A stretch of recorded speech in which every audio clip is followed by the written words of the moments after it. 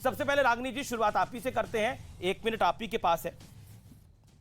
Bharatiya Janata party कह रही है ये जो पूरा तमाशा है ये जश्न भ्रष्टाचार है, क्या कहना चाहती हैं आप?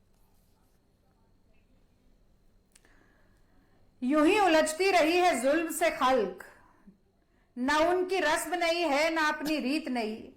यूं ही खिलाए हैं हमने आग में फूल, ना उनकी हार नहीं है ना अपनी जीत नहीं।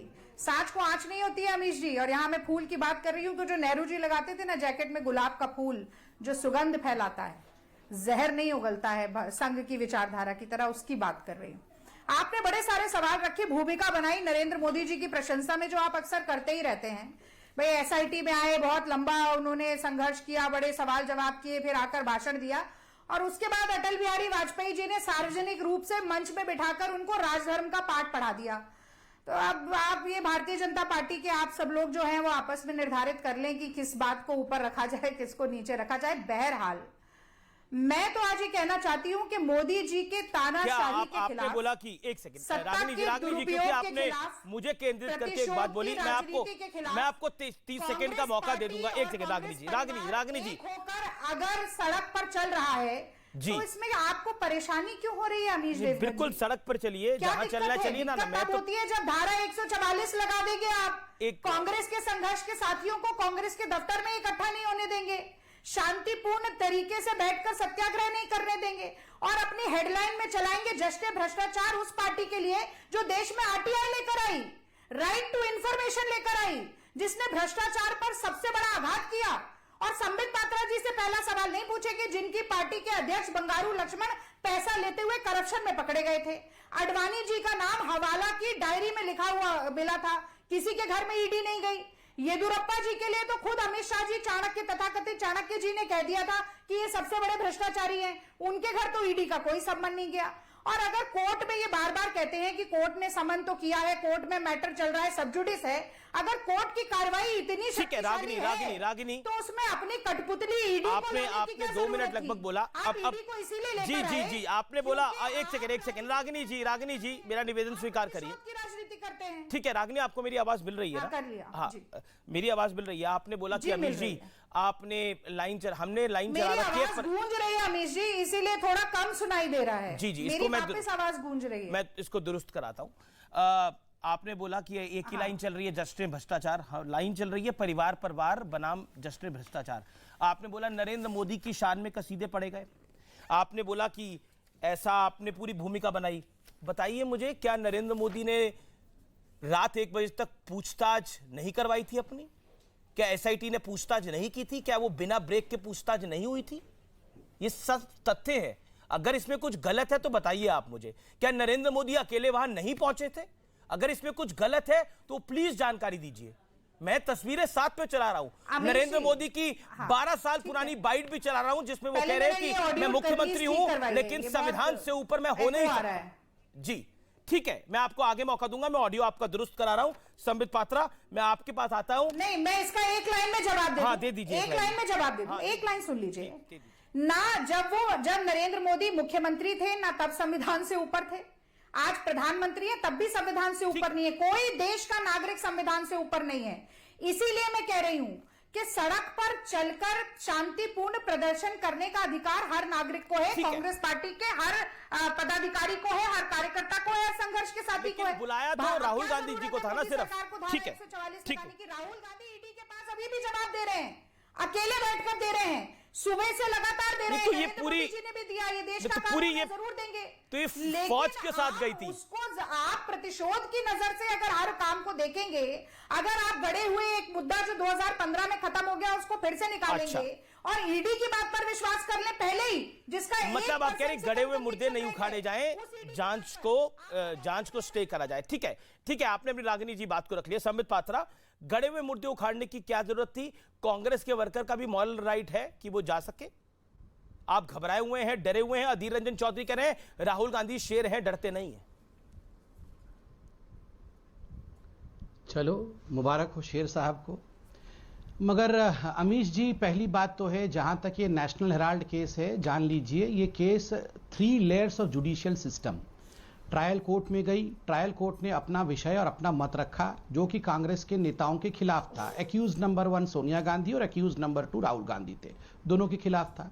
इस विषय को लेकर इनके दिग्गज नेता कपिल सिब्बल, अभिषेक मनु सिंघवी इत्यादि इत्यादि दिल्ली हाईकोर्ट में गए।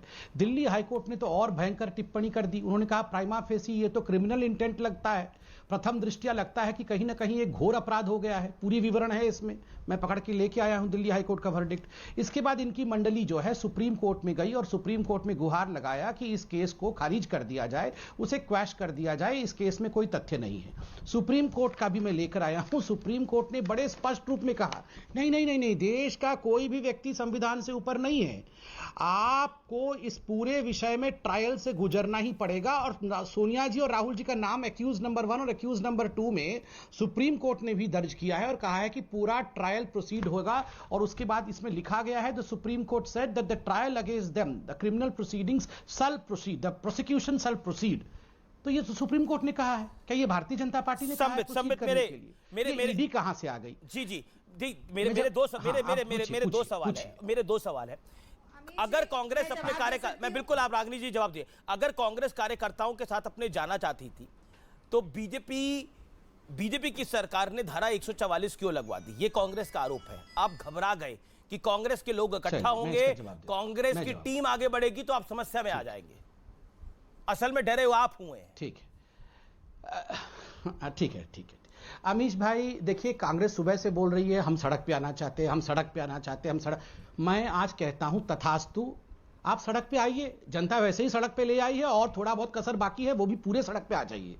मैं भी कहता पूरी तरह से सड़क पे जनता जनार्दन, हम तो वो छोटी छोटी चीज है, जनता जनार्दन करोड़ों लोग आपके इस शो को देख रहे हैं। प्लीज कांग्रेस को सड़क पे ले आइए। आपको लगता है अगर हम उनको सड़क पे नहीं आने दे रहे हैं, आप इनको सड़क पे ले आइए, आपसे गुजारिश है। दूसरा कि हम डरे हुए हैं, तो मुझे समझ में नहीं आता, पहले डिसाइड कर लीजिए अमीश जी कौन डरा हुआ है। मतलब पहले आप कहते हैं कि लोकतंत्र की हत्या हो गई, हम राहुल गांधी को डरा रहे हैं, बड़ी खबर आ रही है, एक सेकंड, अभी बोल रहे थे भूपेश बघेल जी, बड़ी खबर आ रही है। अधीर रंजन चौधरी ने बड़ा क्लेम किया है, उनके जबड़े पे चोट लगी है, मैन हैंडलिंग हुई है उनकी। अधीर रंजन चौधरी ने यह क्लेम किया है कि उनके जबड़े में चोट लगी है, उनकी मैन हैंडलिंग हुई है। कांग्रेस के वरिष्ठ नेता है, यह इस समय की बड़ी खबर है। दूसरी तरफ हाई लेवल सोर्सेज से खबर आ रही है कांग्रेस से कि कांग्रेस के अगर नेताओं को जेल में रखा जाएगा तो सत्याग्रह जारी रहेगा जेल के अंदर से भी। Ragini Nayak, your first reaction to this? Adhir Ranjan Chowdhury का क्लेम है कि उनके जबड़े में चोट लगी है। अमीश जी, आज मैं सुबह प्रदर्शन में थी, मैं भी वहां पर शांतिपूर्ण तरीके से सत्याग्रह कर रही थी और मतलब काफी मैन हैंडलिंग हुई है। मेरे कंधे पर भी काफी चोट आई है। मैं ये नहीं कह रही हूं कि लाठी भांजी गई है या कुछ, पर जिस तरीके से हिलाया गया, धक्का मारा गया, बैरिकेड आगे पीछे, काफी ये सब होता है। और मैं तो ये कहती हूं कि सड़क का संघर्ष कांग्रेस पार्टी के सर माथे पर, हम सड़क पर संघर्ष करेंगे, जनता के लिए करेंगे, नौजवानों के रोजगार के लिए करेंगे, महिलाओं की सुरक्षा के लिए करेंगे, किसानों के अधिकार के लिए करेंगे, बार बार जो सीमाओं पर प्रहार हो रहा है उसके खिलाफ करेंगे। हम जरूर करेंगे सड़क पे संघर्ष। और आपको राजगद्दी मुबारक हो। राजगद्दी के तले से जमीन खिसकने में बहुत ज्यादा समय नहीं लगता है संबित पात्रा जी। घमंड तो रावण का भी नहीं टिका। ये कहा जाता था कि महापंडित है, महाज्ञानी है। आप कर लीजिए घमंड का ठीक है, जवाब है, कोई बात नहीं। हम 60-65, एक मिनट, एक लाइन मुझे पूरी करने दीजिए। जी। आज ये आप कह रहे हैं परिवार और जश्न भ्रष्टाचार, सारी चीजें, मैं दो तथ्य रखना चाहती हूं। एक अखबार जो 1937 में शुरू हुआ जी, जो कि भारत के स्वाधीनता संग्राम का मुखपत्र था, उस मुखपत्र को बचाने के लिए 90 करोड़ का ऋण कांग्रेस पार्टी चुकाकर यंग इंडिया के जरिए उसे रिवाइव करना चाहती थी। आज वो अखबार चल रहा है, नवजीवन भी चल रहा है, नेशनल हेरल्ड भी चल रहा है।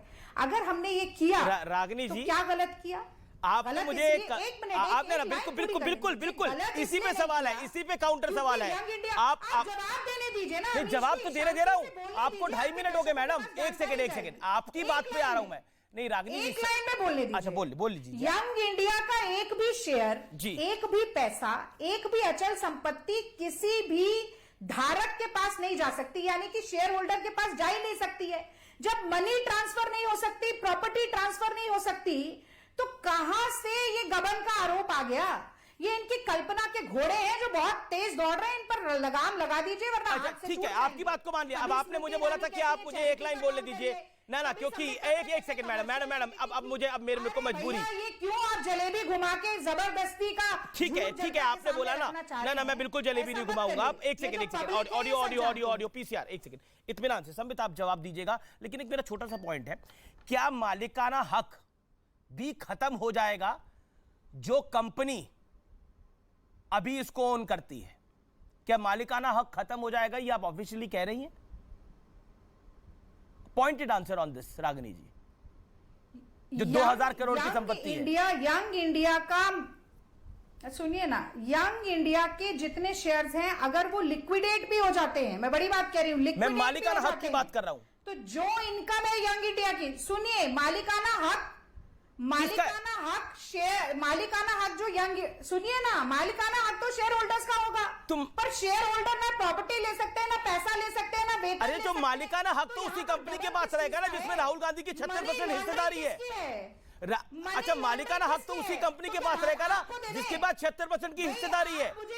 अब आप मुझे बताइए, 90 लाख का लोन लेकर, 90 करोड़ का लोन लेकर 2000 करोड़ की संपत्ति किसी के नाम हो जाए और वो कह रहा है कि नहीं देखिए हुआ कुछ नहीं है। लाते रहेंगे, मुझे जवाब नहीं देने देंगे। मैं तो आपको जवाब देने दे रहा हूँ। जवाब तो लीजिए, सवाल का जवाब जी सवाल का जवाब लीजिए। अब जब ये इस अखबार की स्थापना हुई तो पंडित नेहरू समेत, सरदार पटेल समेत तमाम कांग्रेस के नेता उसमें शामिल थे। ठीक है, तो आज शेयर होल्डर आपको बना दें या संबित पात्रा को बना दें या उस भाजपा और संघ को बना दें? अरे सोनिया गांधी और राहुल गांधी है उसमें तो शेयर होल्डर, कैसे बनाएंगे? बना ही नहीं सकते। सोनिया गांधी और राहुल गांधी शेयर होल्डर है, कैसे नहीं बना सकते?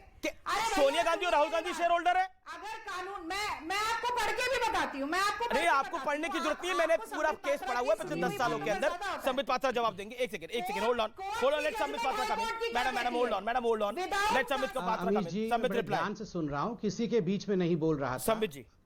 अमित जी, मैं आपको इस पूरे केस का तथ्य केवल 1 मिनट में बहुत जल्दी में सुनाता हूं। जलेबी क्या होती है और किस प्रकार से जलेबी गांधी परिवार ने बनाया और कोर्ट ने क्यों खारिज करने के विषय को ही खारिज कर दिया।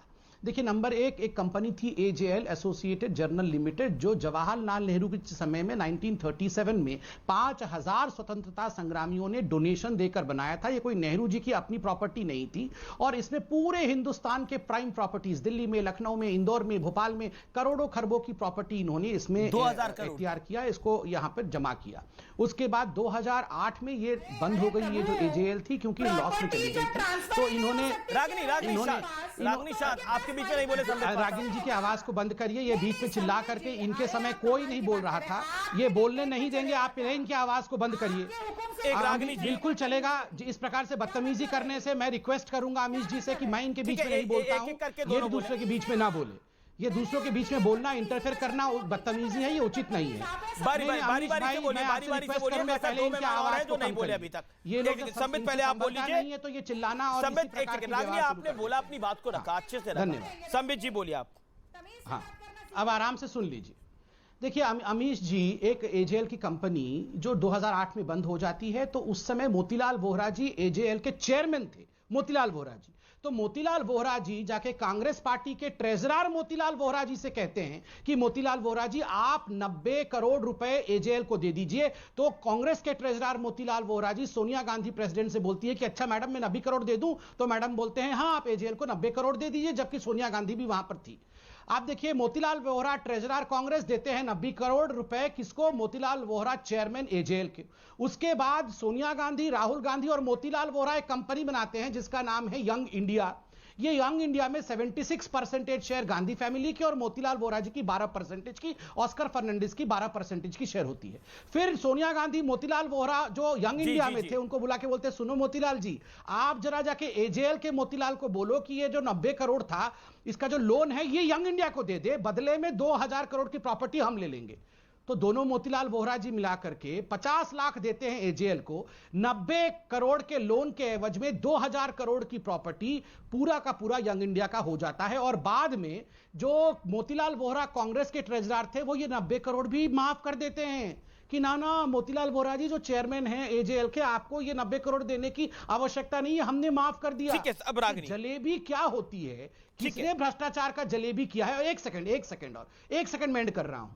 शेयर होल्डर के बारे में बात हुई। आप जानते हैं जब ये कंपनी 2008 में बंद होकर यंग इंडिया के पास में 2010 में गई थी, उस समय 1056 इसके शेयर होल्डर्स थे, 1056 शेयर होल्डर्स थे, जिसमें मार्कंडे काटजू भी एक थे, जस्टिस काटजू, और उसमें शांति भूषण जी भी एक थे। दोनों ने लिखित में कंप्लेन दिया है कि शेयर होल्डर से बिना पूछे शेयर ट्रांसफरिंग किया गया है। 99% शेयर बिना शेयर होल्डर से पूछे यंग इंडिया को दे दिया गया है। किशोर तिवारी और अजय भ्रष्टाचार नहीं तो क्या है? ठीक है।